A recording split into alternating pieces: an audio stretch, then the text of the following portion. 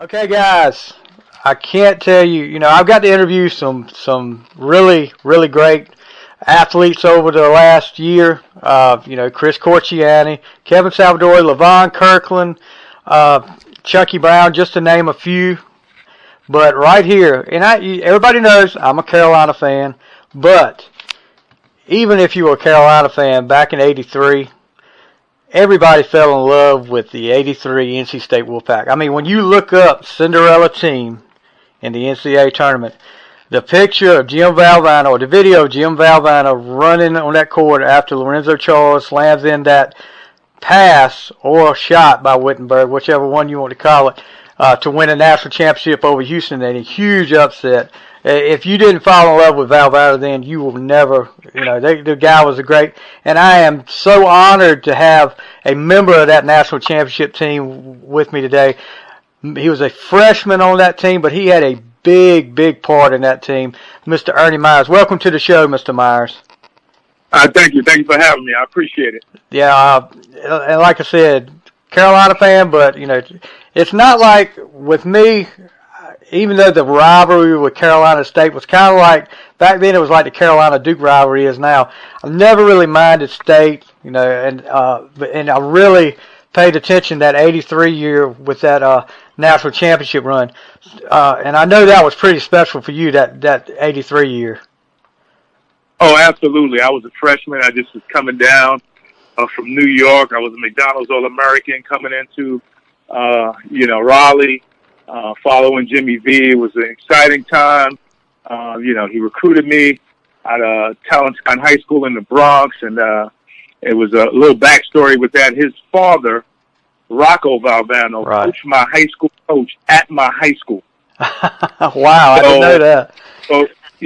So my high school coach used to see Jimmy V running around the gym when he was a little guy, and and then as a sophomore, he came running after me. I had a big game against a rival school, and he was at our own event. Right. Coach V, he followed me in the locker room after the game and said, "In 2 years, Ernie, I'll be back to get you." So I was like, I didn't think I could play college basketball then, and he was at Iona College then, and in 2 years, he was the first guy online to talk to me, to recruit me, and he referenced that. He said, "Ernie, I knew before everybody else, man. You got to give me a shot. I came running after you in the locker room 2 years ago. I told you I'd be back." He was a great salesman.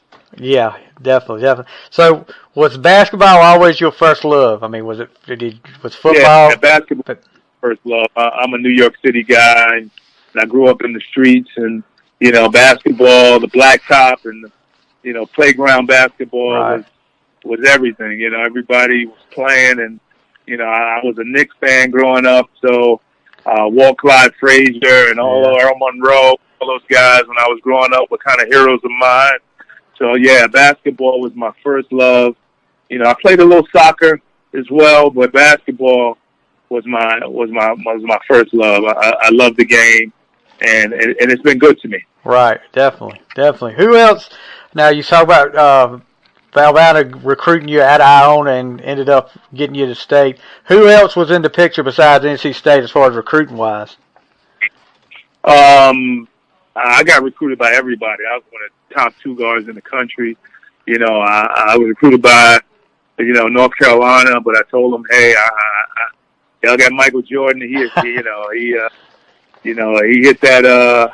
He hit the buzzer shot in the '82 game. I don't think that's going to be my, the place for me. I was recruited by Syracuse and Notre Dame, and, Georgia Tech. I visited Georgia Tech, University of Georgia, Georgetown. I mean, you can go on and on. Pretty much, you name it, you were recruited by that place. Oh yeah. I mean, I had Villanova. All the big schools back then. Being a McDonald's All-American and playing back then, most of the guys, you got scholarship offers from everywhere. Yeah. So what? I think I already know the answer to this question because I think you pretty much covered. What was the big? Why NC State? And I'm sure I know the answer already. Yeah. It was Coach V, and the history of NC State actually. David Thompson. I was a big David Thompson fan from the NBA. I didn't know too much about him. I just knew he went to NC State, and he's one of the best players to ever play the game. And when Coach V went to NC State, I was like, wow, I'm gonna take that. I'm gonna take that trip down there and see what it's all about. And it was really Coach V and the history. They had won a national championship before, and he telling me that he wanted to win another one was a big deal to me. I was like, hey, this guy. I was all about winning. I didn't care whatever it took to win. I would do it. It was all about winning, and that's what he talked about, winning. Right. When he was at our winner, and I knew he would win at NC State. So your first thoughts on Valvano when he came up, like you said, when he chased you in there, did you think, what is this guy? Or come on, man, who is this guy? Or what was your first thoughts on him? Well, he recruited a guy on my team by the name of Mike Moses in high school. So he was at practice. He would come to games, and I would go to games at Iona because they were right in New Rochelle, not too far from the Bronx. So we had a connection there. So I watched him coach Jeff Rulin and those guys at Iona. So I was familiar with him, and his personality. When I finally met him, he was just so, he was like a comedian, and he was like one of the guys. Yeah, you know what I mean? Yeah. When he talked to you, he was like, Ernie, I'm from Queens, man. We homeboys. Right. He was just, the way he sold me on coming, to play with him at NC State. And he said, we're going to win a national championship again. I want you to be a part of it. And if you work hard, he didn't promise me anything. He didn't say, Ernie, if you come down here, you're going to start. We're going to, yada, yada. He just said, you come down here and you play hard. He said, I don't choose who plays. The players choose who play. So if you come down here and you show me that you can play, I'm going to play you. I don't care if you're a freshman or whatever. If you can play, and you show me you can play, I'm gonna put you in the game. So that's all I needed to hear. When I was a competitor, and I had a huge ego back then, and I was like, hey, if he's gonna give me a shot, if it's all about what I can do on the court, then I'm gonna be playing. Yeah. Well, you came in pretty quick. I mean, like the third game of the year, you're the leading scorer against ECU with 15 there. Fairleigh Dickinson, you played them. You had 22 against them, and in the Clemson game, you and Thurl Bailey had 25 apiece. I mean, so you're, and then of course everybody remembers you still have the record. And I have to throw this out there. Still have the record for most points by a freshman in an ACC game with 35 against Duke. That's pretty awesome there. But let's talk about this season, this 83 season a little bit. You guys start off, you win 4 in a row. You lose to Louisville. Louisville was ranked 14th at the time. The game that really, and I remember sitting there, this was like, I think back then, it was like the Holly Farms game of the week. Before ESPN comes along, really comes into play. At Reynolds against Virginia, Ralph Sampson, Othell Wilson, Ricky Stokes, and all those guys at Virginia, number 2 in the nation. And I'm telling you, the first half, Derek Wittenberg is just lighting it up. The three-point line is coming to play, and he is lighting it up. But unfortunately, Derek Wittenberg takes a three and comes out on somebody's foot, and he's out. So they kind of puts you in the picture more playing time. What was your thoughts after when Wittenberg goes down? Well, when he went down, it was sort of like a blessing in disguise. He went down. I was sad for him because it was senior year, and he hurt himself. But like you were saying early on, I was already playing. Right. Yeah, you were. Even when he was on the team, I had some big games. So Coach V just called me in the office and said, Ernie, I'm going to start you, again, because I had started some games with him in Sydney. I was playing the small forward at one time. Right. So I started a couple of games against Michigan State and a couple of other teams. And And when he went down, Coach just called me to, his office the next day and was like, Whit's going to be out for the season, Ernie. We're going to need you to do a lot more of what you were doing before. So I said, okay, Coach, he's giving me the green light. Uh-huh. So I was like, okay, let's play. And when he went down, I got in the game. It was sort of at the later part of the game, and Virginia, kind of Ralph had one of those huge games. I think he had like 38 points and he had a big rebounds in those games, and they won that game. But we kind of stuck together after that, and him getting hurt helped everybody else get better. Well, yeah. I mean, I'm always big on when an injury comes along, especially to a key player like that, it kind of helps, especially if he's able to come back, because it gives these guys that wouldn't have, and not saying you didn't have as much playing time, but it puts you more into a leadership role, into a starting role where you can handle things a little bit better than you could whether if he was still starting. But looking at some of these games, y'all beat Georgia Tech by 20. Then to Carolina wins by 18 at Carolina. But y'all had a little lull there where y'all had to figure out who you were up until probably the last part of the season, the Clemson game, and then y'all had 2 losses right at the end of the year to Virginia, and Virginia comes into play again, and you get Wittenberg back. But let's talk about that. Let's talk about that Duke game though. 35 points. How did you feel about you had to be on. Everything just had to be going right for you. Yeah. It was one of those games where you didn't know you scored that many points, but at the end of the game, a lot of those guys I had played against in high school in tournaments, because it was Johnny Dawkins, it was right. David Henson, and, Jay Billis, all those guys, they came in, we all came into the ACC together as freshmen. Len Byers, up at Maryland.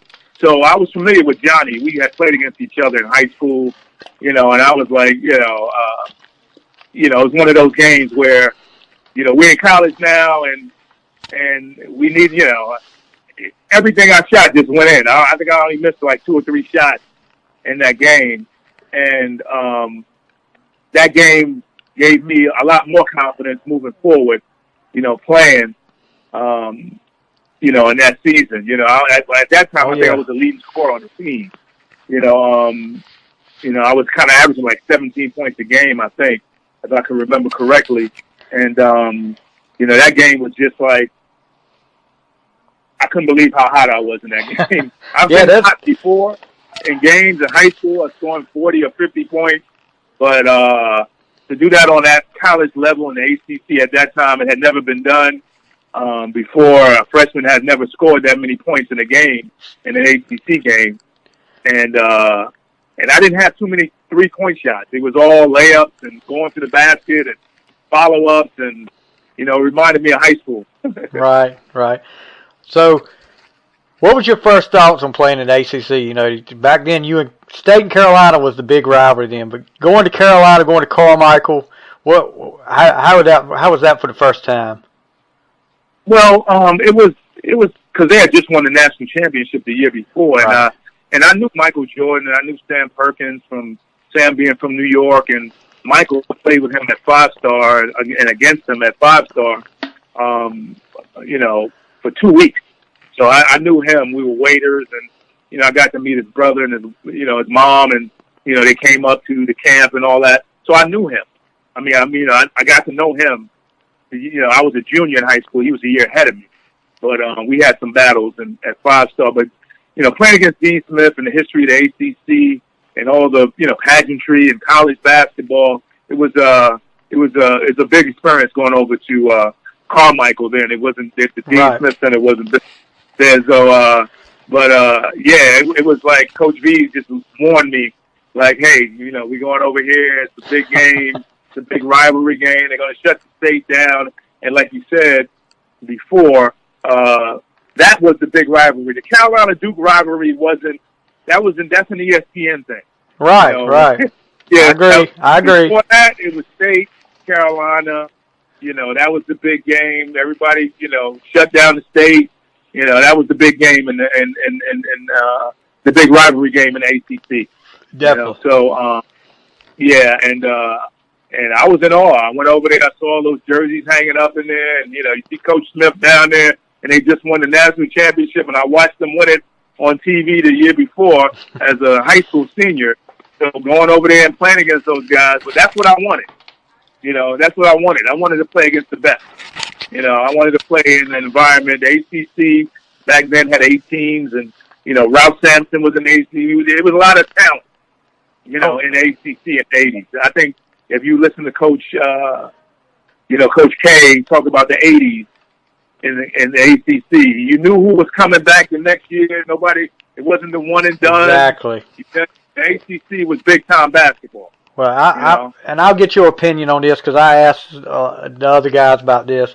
I'm an old school guy. I loved this era of the ACC from the early 80s to the late 90s.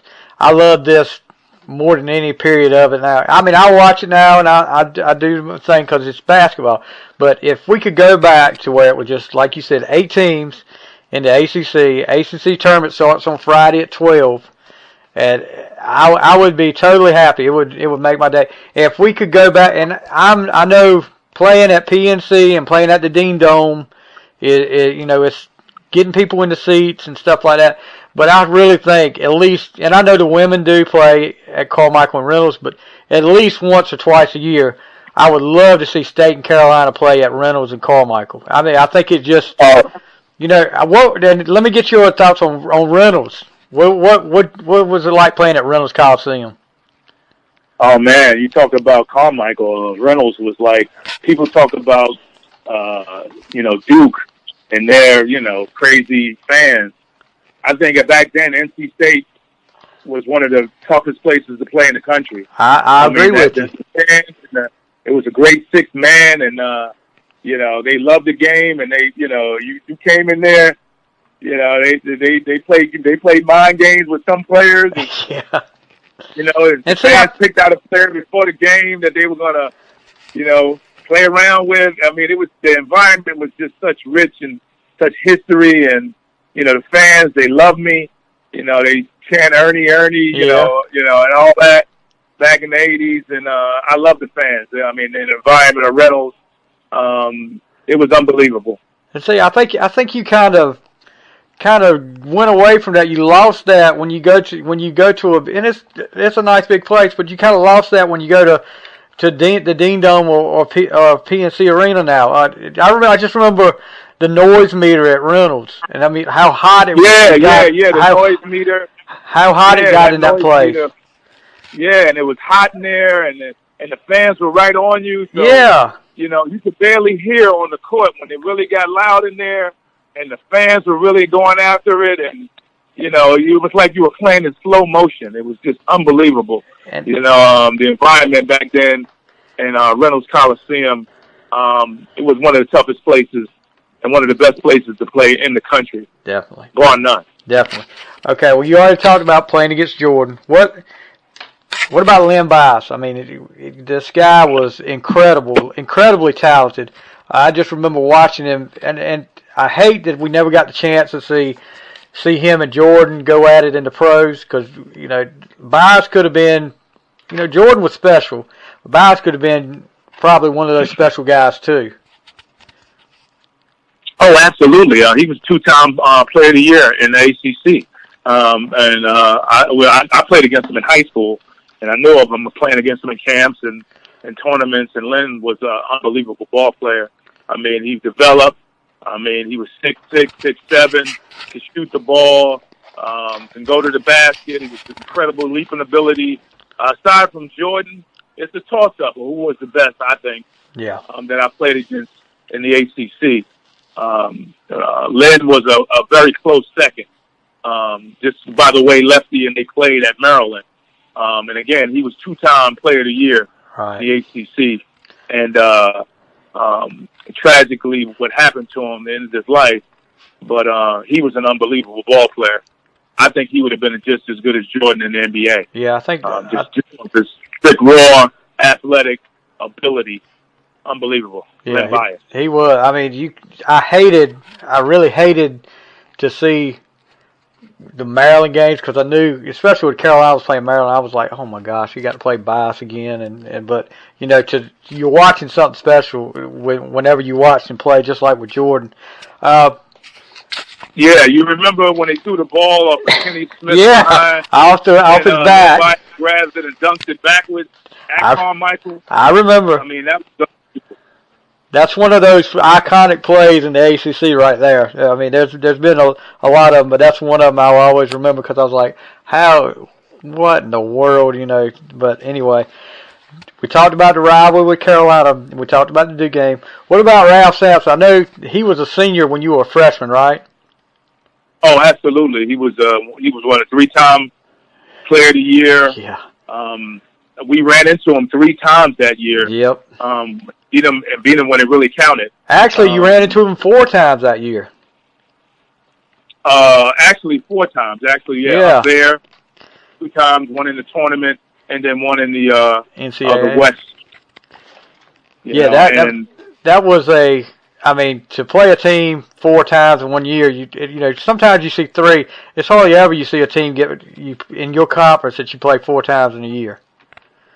Yeah, and that year we played the best teams that year. I mean, we played, UNLV was a great team. Ralph, Virginia was a great team. Carolina, was a great team that year. We beat them twice that year at Reynolds, and I think that game we beat Carolina at Reynolds Coliseum was the catalyst to how we felt about ourselves as a team. Like, they were ranked, I think, number 2 in the country at the time. They came into Reynolds, and we didn't have wit, and we beat them in our building. And that's when we knew that we could still play with anybody in the country. Everybody's confidence level went up, and I think that was the first time that Coach V had beat Dean Smith since he came into the ACC. Yeah, I'm just looking at that was pretty much, like you said, the catalyst for what y'all did. Y'all lost a couple games that last part of the year, but how about putting 130 points up against Wake Forest? Good. I mean, I remember seeing that the day that happened, and I was like, how in the world did they put 130 points on the board? Yeah, everybody was hot that game. Yeah, everybody had to be. I came off the bench and had 15. Terry Gannon was shooting threes with Thurl everybody that came in, did a great job and played well. And then a week later, we played them in the ACC tournament, and we barely beat them. I remember watching that game because let's talk about this run y'all go on. Y'all go. How did Valvano get y'all motivated? Starting with going into the ACC tournament. How did he get y'all motivated? Because you pretty much have to win to get into the NCAA tournament. And was that what he said to motivate y'all? No. He didn't say that. What he did say was, we're going to take this one game at a time, like you saw in our 30 for 30. If you've seen our 30 for 30, yes, sir. He said we're just going to survive in advance. We're going to play hard each game that comes up. We can play with anybody. We can play with any team in the country, and we lace up our shoes just like they do, and we're going to go out here and play hard. You know what I mean? One game at a time. Yeah, and we didn't think about the next game. We thought about the game we were playing, Wake Forest, and we played Carolina. We played them before. We beat them at our place, so we were kind of confident in playing against, Carolina in the tournament with Wittenberg back. And then again, we played against Ralph, and we said, hey, we played them well at NC State, and we had a lot more confidence, and we had a lot more players that were, capable of playing. Lorenzo Charles was playing better. Cozell McQueen was playing better, and Alvin Battle came in and played good defense by Ralph Sampson in the tournament. So yeah, we he just told us to just play hard and just think about the game you're playing. Right. Let me work the other games if we win. So he made us all feel confident and that we could play with anybody. Yeah, that Wake Forest game, I can remember that came down to Lorenzo Charles free throw shots, and I can remember watching that and thinking, because the announcers were just saying he's not a good free throw shooter. He's not a good free throw shooter at all, and then he just calmly hits them, and you win by one. After you beat a team by 41 the week before, you squeak out a 1 point win. But then the Carolina game, I was back and forth. I had to listen to that on the radio. You get Michael Jordan fouled out, and in overtime y'all pull away. And then the Virginia game, I think y'all just had a good defense with throwing big bodies at Ralph, and with the 3-point shot coming into play that year, that really helped y'all. Y'all took advantage of that, and with good reason, because with Wittenberg throwing up threes, Terry Gannon, yourself, and that 81-78 win. I don't think anybody going into that week, probably except y'all, thought y'all were going to be the ACC tournament champions going after that weekend. No, I didn't think anybody thought that, and that's when I knew how big the ACC tournament was. It was like, the fans, like you said, everybody turn off, everything, everybody down here, let you out of school and watch the games and the times, and everybody was into these games. It was a whole different ball game. Now you got all these distractions, but back then it was, it was the ACC, man. Tournament was like the granddaddy of all, sir. And it still is, of all the, tournaments, the conference tournaments. So it was unbelievable, to be able to win. And what you got to understand about me is all 4 years in high school, I won championships, city championships, state championships every year. So to come into college and to win the ACC tournament and then to go on and win the rest, regional, and then go and win a national championship after all the, championships I won in high school, it was just unbelievable, man, to just come into college. And, everybody always wondered, why did you pick NC State? All the other players, and, they already had a good team, and, they were going to be ranked, and they had these 3 seniors, and that's the reason I came, because I wanted to win. I didn't want to go to a school where I had to, struggle, to win games, as a freshman, and then develop, and, sort of like what happened at Georgia Tech. I didn't want to come in and lose big my first year, be on a program that's developing, and, I wanted to be on a team that, was a winning team, that was going to be, a nationally recognized or ranked team coming in, and with the teams of the players that we had, and everything worked out. I was a genius after we won the national championship. Like, out of all the guys who picked the schools they went to, I wound up, I was the only guy that was a McDonald's All-American that had won a national championship his first year. Yeah. So, And you look at this tournament run, and y'all probably have 4 of the most iconic NCAA tournament games in the history of the tournament. With Pepperdine, oh my God, I can remember falling asleep during the Pepperdine game because I thought y'all were lost. And my brother was a State fan back then. He stayed up through the whole thing. He woke me up, and you guys went to second overtime then, and you pulled off. I was like, wow, I just can't believe they won that game. But then the UNLV game, that was, oh my gosh, I was on edge for that one. I was like, why am I so on edge about this game? This is NC State, it's not Carolina.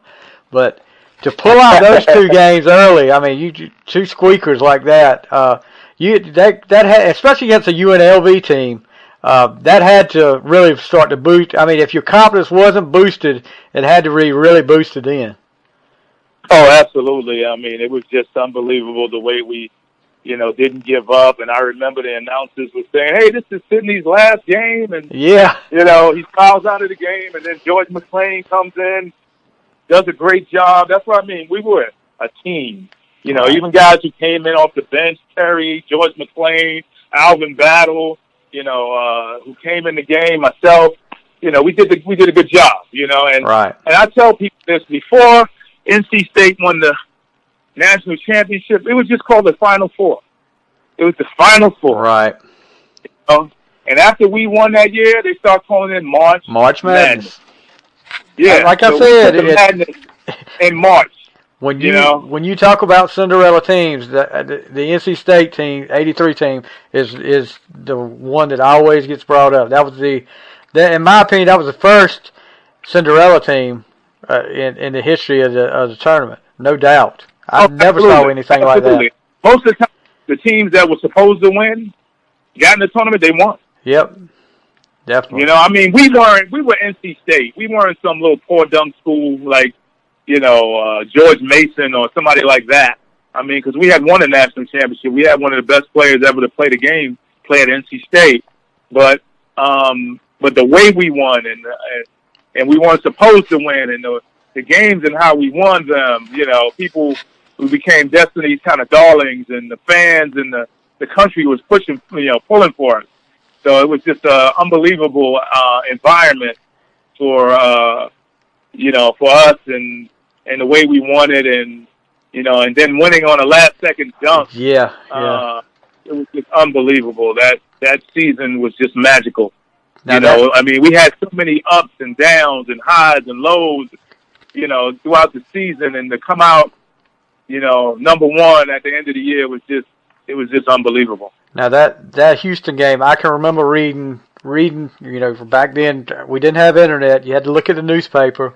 You had to listen to TV. But some of the announcers or the reporters before the game, I think one of the ones I remember the most was the guy that said NC State's best chance of winning tonight is a Houston bus wreck.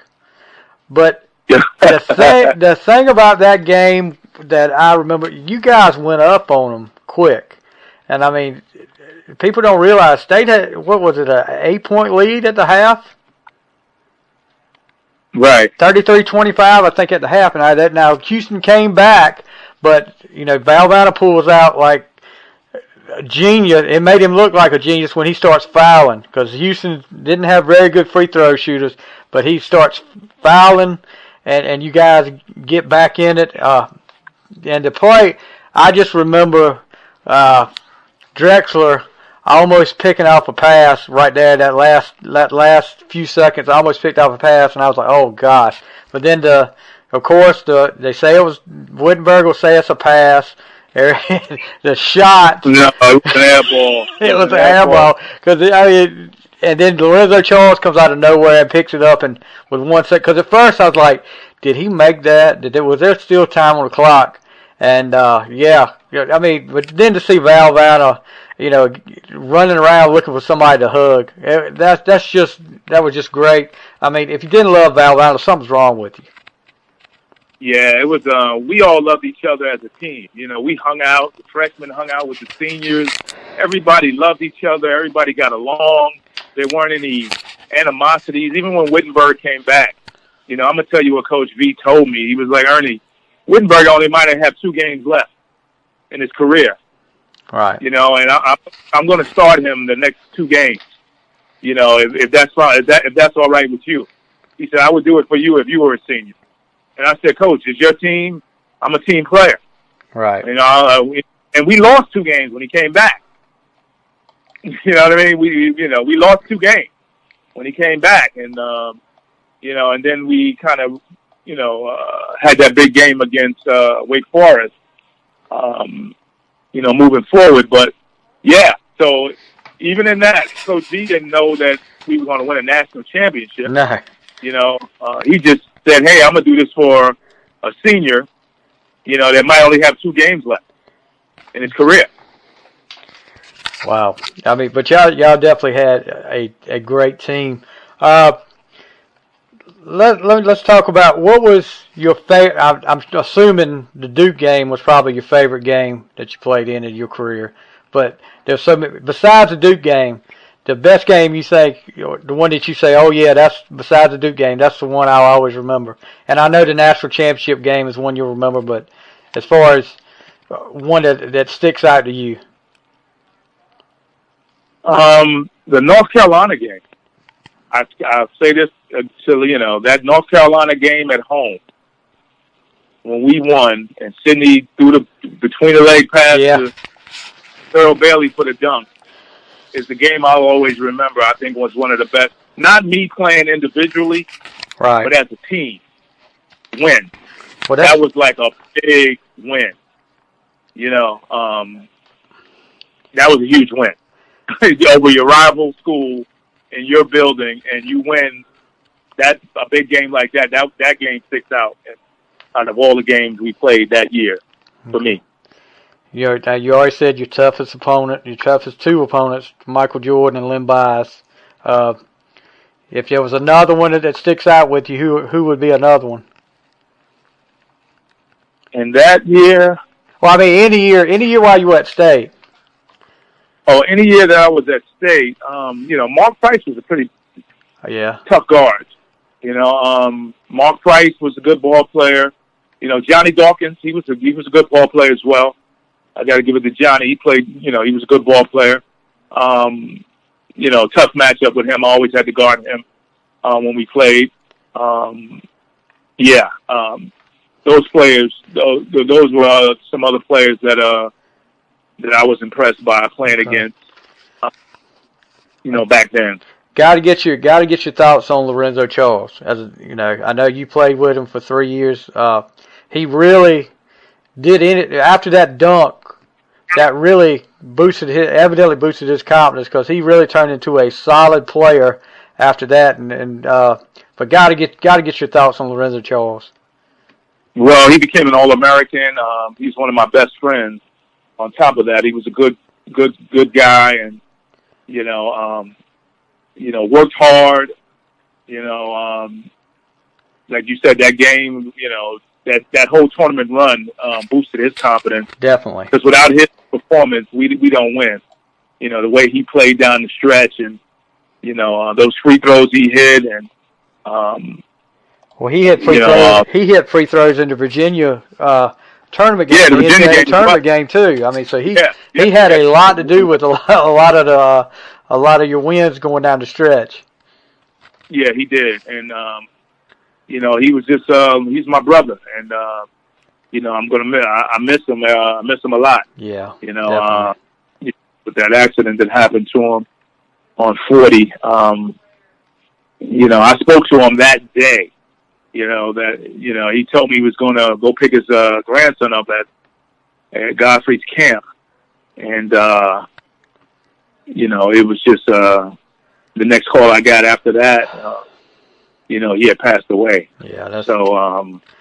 You hate to see anything, but when word got out, I was just talking to my wife when I was telling you I was going to interview you. Excuse me, but we were talking about, and I'm trying to tell my little girl and my wife, which they don't follow basketball nearly as much as I do, but I said, I know you've seen the play where the guy from State throws up a shot and another guy from State slams it in with 1 second left, and I was explaining to him who Lorenzo Charles was and what happened to him, and I hated, that was not just all-time basketball teams. That was just one of my favorite teams to watch because I can remember Channel 5, WRAL. Jay Jennings used to do those music video essays like with the highlights and stuff, and I was just like, that's something that I do now too. That turned it on to that. I can remember seeing the Brickyard, the celebrations at the Brickyard. It really, I think everybody, and some Carolina fans don't want to admit it, but I think everybody was pulling for State in that tournament, especially after Carolina was eliminated. Right. But I think they got beat Georgia. Yeah. And James Banks and those guys. But it was just an unbelievable time in the ACC back then in those days. I'm a traditionalist when it comes to the ACC, and I know there's TV money and all these teams in there now, but like I said earlier, I just wish you'd go back to 8 teams and just the 8 teams we had back when you were playing, and just go. I think it could still be a great, definitely still the best conference in the NCAA if we just went back to 8 teams and go back to, like I said, I know they're not going to go back and play at Carmichael or go back and play at Reynolds, but to have a throwback game a couple times a year, maybe a Carolina State game at Reynolds again, or at Carmichael again. Just to get that crowd about, because that's what Cameron. I mean, Cameron's never really gone to the big stadium like Carolina and State has, and that's why they've got the Cameron Crazies. And I'm like you, I totally agree with you. State has some of the wildest fans, and like I can remember watching all through the 80s and 90s. They would pick one player, just like the Cameron Crazies do now. Before there were Cameron Crazies, there was the Reynolds crowd that would do the same thing. Oh yeah, they would stop cheering when the guy got the ball, or start cheering when he passed it. Yeah, I mean, they would play the guy confounded, like, what is going on? Yeah, it was fans. We played. They played some games on some players there, man. And players who came in from opposing teams, and they were brutal. Yeah, definitely. They helped us win, man. So tell us what you're up to now. Well, now I've been in sales for like 30 years, but what I do now is I'm a broadcaster for the ACC Network Extra. I do men's games, NC State basketball, men's and women's. I've done the women's games for 2 years now. I'm hoping to get on to the ACC Network next year and expand on what I've been doing. And that's basically what I'm doing right now. Yeah, so NC State women's team's having a really good year this year. Oh yeah, they got a double bye in the ACC tournament in Greensboro. I'm going to the game on Friday. I don't know who they're going to play, but they've had a tremendous season. They started off 21 games in a row, and then they lost to Carolina at home. Carolina women's team, they were playing great. They had just beat Notre Dame. Right. So, that was a great game that they played coming in. Bailey and, the girl, I think her name is Paige. Right. She's a great ball player. I don't know if they'll make the tournament. I know they kind of fell off a little bit down the stretch, but they came in and played a great game and gave us our first loss. And to be where they are right now, 24-4 on the season, it's an awesome season. Ranked 10th in the country. Right. Coach Westmore is doing an awesome job with the team. With all the injuries, we had 3 injuries, ACL injuries. Big injuries. Yeah, to starters on this team, and to have the season that they're having is unbelievable. Okay, before I let you go, what's your thoughts on Coach Keats? I think Coach Keats is going to do a great job here. I think that, he came in, did a great job his first year. He's doing a great job here right now. I think he's a winner, and I think he's going to bring the program back to where I think it should be in the ACC. Right now, he's in every game. The team plays hard, and everybody should play hard, but they play hard. They're in every game they played in, aside from the debacle of Virginia Tech game. Oh yeah, 20-point game. But and then the next game they went on to score 96 at Carolina. That's what I said earlier this year, talking to some State fans, and I wasn't poking fun at them at all. After that 24-point game, I said, did y'all ever think that you come off the 24-point game, score 96 at Chapel Hill, and not win? I mean, that's just unbelievable. That's unbelievable, to go over there and score 96 points. But, I think he's gonna, once he gets some more players in, some more bigger people, and he's had a great recruiting class coming in, I think he's going to do a good job here. Yeah, I think so too. I know there's a lot of State fans around me. Some of them, when he was announced, said, well, we're just taking a step backwards. And I was like, why do you think he's been a winner everywhere he's went? I mean, if he's bringing in big recruits, I think he was at UNC Wilmington, right, before he came there. If he's bringing in guys that can win there, what makes you think he can't do that at State? I mean, give the guy a chance. I think, and I'm like you, I think he's going to bring it back to to hopefully, and because I would love to see Carolina State rivalry get really, really big again, get on the same level as Carolina Duke. I would love to see that again. That would be awesome. Yeah, that would be awesome. All right, well, that's going to do it for me. I appreciate all your time. I know you're taking a lot of time with me today. Just to be able to talk to you is a great honor, and thank you so much for doing this interview. And good luck. I hope to see you on the ACC network next year. Okay, thank you very much, and I appreciate it, Steve. Thank you so much, and I had a great time. All right, got on your show today. Thank you. Thank you. That was Ernie Myers, guys.